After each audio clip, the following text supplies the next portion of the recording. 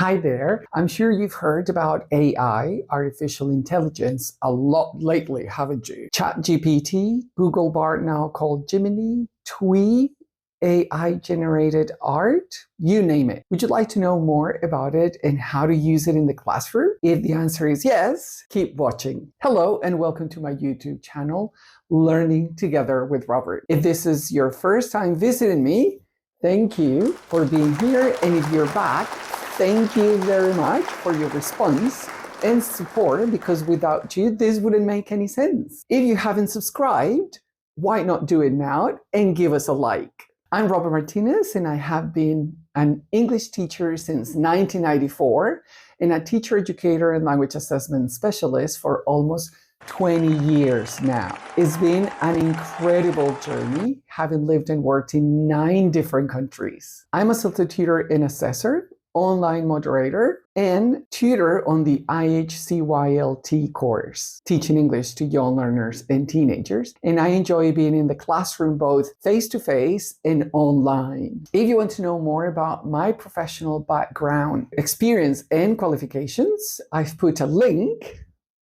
to my LinkedIn profile and a link to a video cartoon version of my CV to just things out in the description below. So feel free to check them out. Today's video is a little different.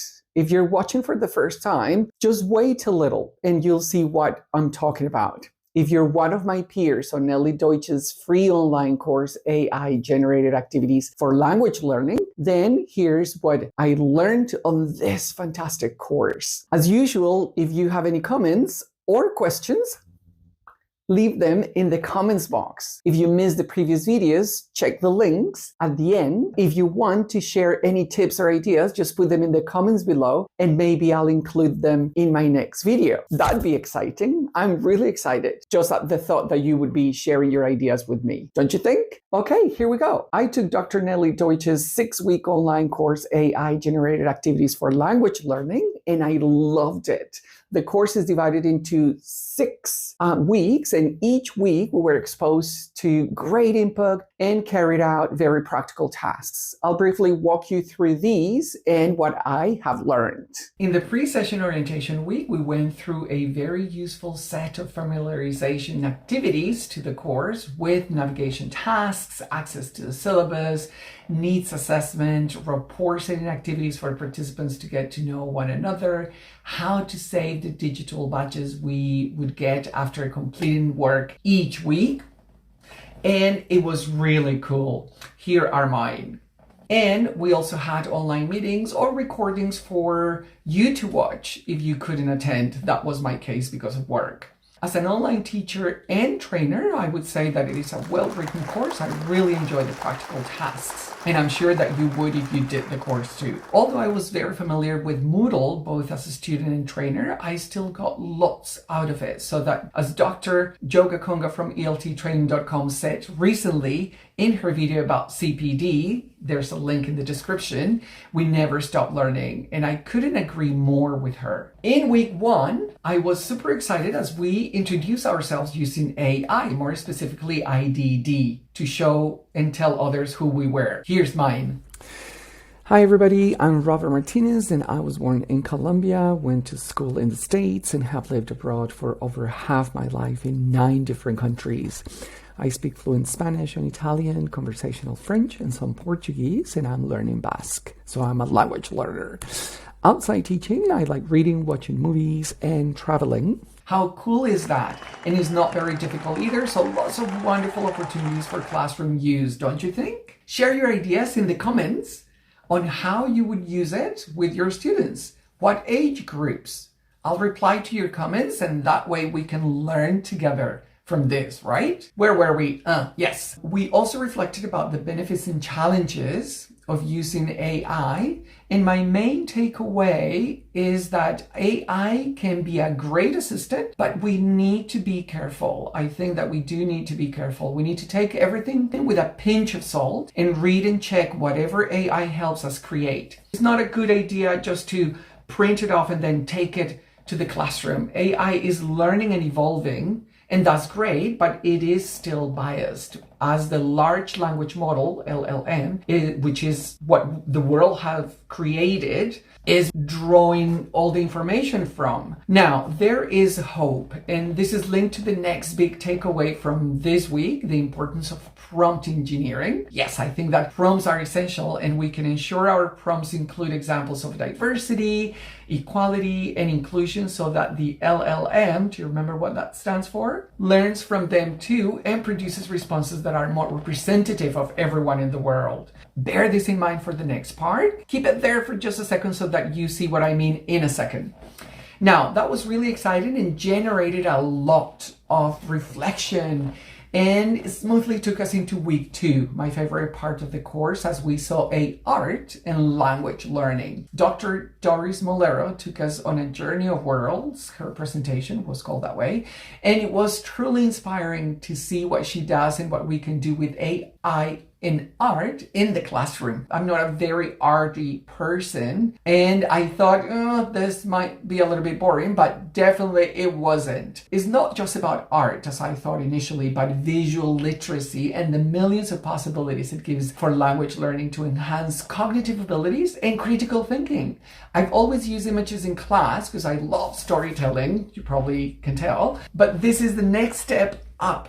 It's so exciting. We explore different image generators. There are loads of image generators out there, so it's a little bit overwhelming, but you can choose whichever you want. We looked at Leonardo AI, Ideogram, Bing Image Creator, Night Cafe Studio, and Playground AI. And I had a go at reflecting about how I write them, and this was very useful, an activity, as that inspired many ideas for the classroom when it comes to language practice. Okay, here's when I asked you to remember and bear in mind that AI was biased and the importance of prompt engineering. Okay, well, here we go.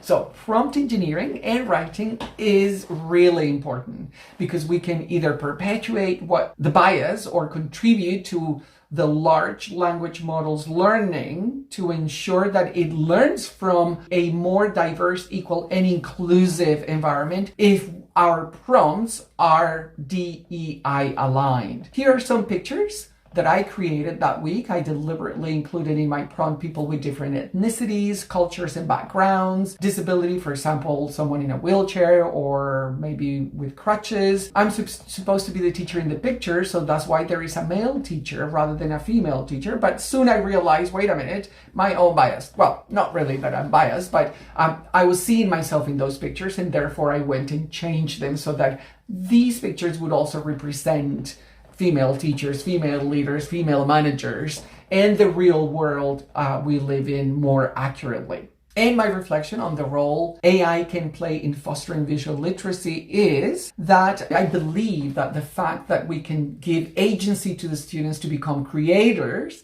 means the level of engagement with the language needed to complete the task will significantly enhance their learning, as they will be an active part in the process. This applies to normal lessons anyways, not necessarily using AI, by the way, and I'm sure you will agree with me. But yes, cognitive abilities and critical thinking are automatically tapped upon, as they're required by the task. When writing the prompts to create images and they start seeing the results of those images, they will need to think more carefully and refine the language they're using. Think about every single word, the structure, the adjectives, the range. And this is really exciting. At the same time, we need to ensure that they're also thinking about the images they're creating and what the underlying message they may convey to the world, so that they incorporate elements of diversity, equality, and inclusion. Isn't this great? I think it is. I think it's really exciting. We also designed an AI lesson, and mine included the writing of prompts to create AI images to describe a holiday destination. Always thinking of holidays.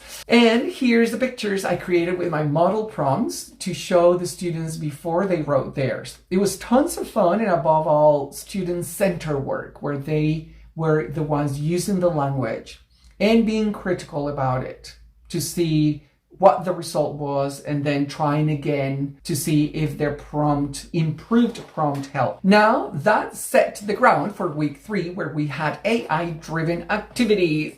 Yes! yes. And that was very cool and exciting. I love it when, as a student, I'm the one doing the work, don't you? I feel that that's when I learn the most, because I'm exploring and I have problems and I'm like, oh, I need to figure this out.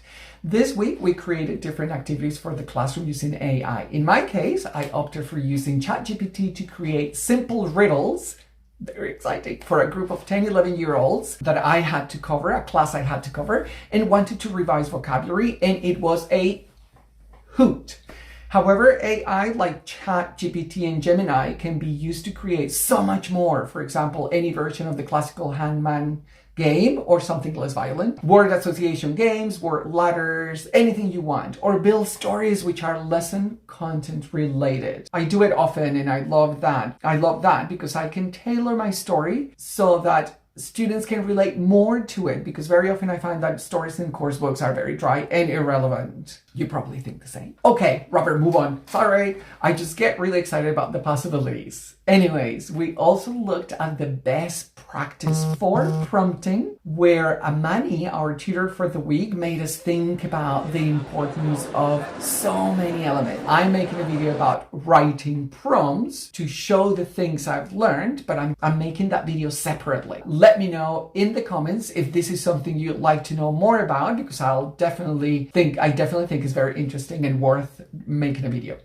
I definitely need 6 more hours a day to be able to do all this anyways. Now, my favorite part in week 3 was about interactive narrative using Twinery, or Twinery, I think it's Twinery. We all know young learners seem not to read any longer, so we really need to instill a love for reading in them again. Please, let's do that. I think interactive narrative, where you can have choices and each choice leads you somewhere else, is a great way of doing this. And we also created another lesson plan that included some of the language learning activities of our choice, the one I mentioned earlier, and that was really exciting. Now, we're in week 4, finally, you would say, AI generated activities. Another very interesting week. We learned how to turn Gemini, before Google Bard, created materials into PDFs. Then make them public and then embed them into the Moodle so that students don't have to leave the classroom to fetch other materials.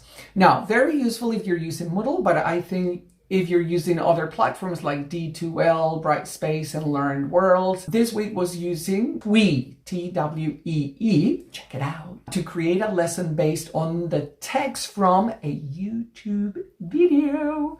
You're saying, and how's that new? Well, the idea isn't, but how you do it is, I think. You select a YouTube video for your lesson. Of course, you will have watched it from beginning to end to ensure it is 100% appropriate for your learners and that it is not too long either. And then you can use Twee to get the script out of the video and create a lesson around it. Now, Twee has sections for you to browse to get a selection of activities from to focus on the 4 skills: reading, writing, listening, speaking, or language systems, vocabulary, and grammar. In my case, I needed to cover a class of teens at CEFR, Common European Framework of Reference, B2 level, upper intermediate, and the teacher asked me to focus on reading skills. Oh dear, teens don't read these days, so what am I going to do? So I found a suitable 1.5 minutes video on BBC on reading skills for exams in general. I created a lesson. I tried it out with them, and while the main issue I see is with the levels, as when you ask Twee to summarize it or transcribe it, it will give you the option to choose between simple, A1, A2, intermediate, B1, B2, or advanced, C1, C2, which I think they need to really refine as they're too broad. And they are. I can see Twee can help save time lesson planning, because I created a whole lesson with activities and everything in around 30 minutes. I had a very clear idea of what I wanted to do. However, my word of warning is what I said earlier on. We still need to check everything before using it to ensure it is aligned to a sound student-centered approach and that the activities are in line with your learning outcomes and not just a bunch of disjointed activities. And last, thank you very much if you're still here. Week 5. Oh boy, it's been hard work doing this course, Dr. Joe Gakonga's fabulous voice video creation for educators course and also having a full-time job. But we're getting there. So week 5 is also great because this video is part of this week. We're reflecting on our learning journey. And so we have to create an ebook using Book Creator. Super cool. You need to check it out. I'm adding a link in the comments box. This video is the conclusion at the end of that ebook. So do check my ebook too, please.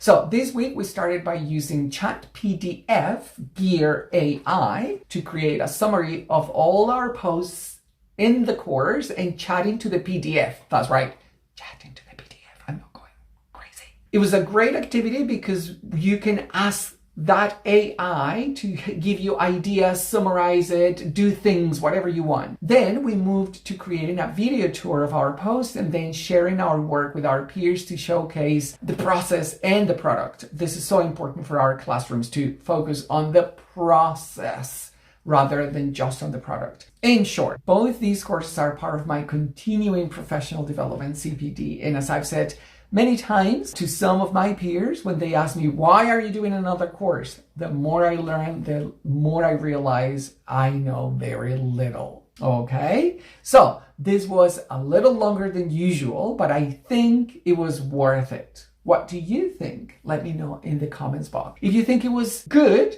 also give us a like. And it's time to say goodbye. So stay tuned and subscribe so you don't miss any of the next videos I'm working on. Okay? And remember, learning is fun and you don't have to do it alone. So let's do it together with Robert.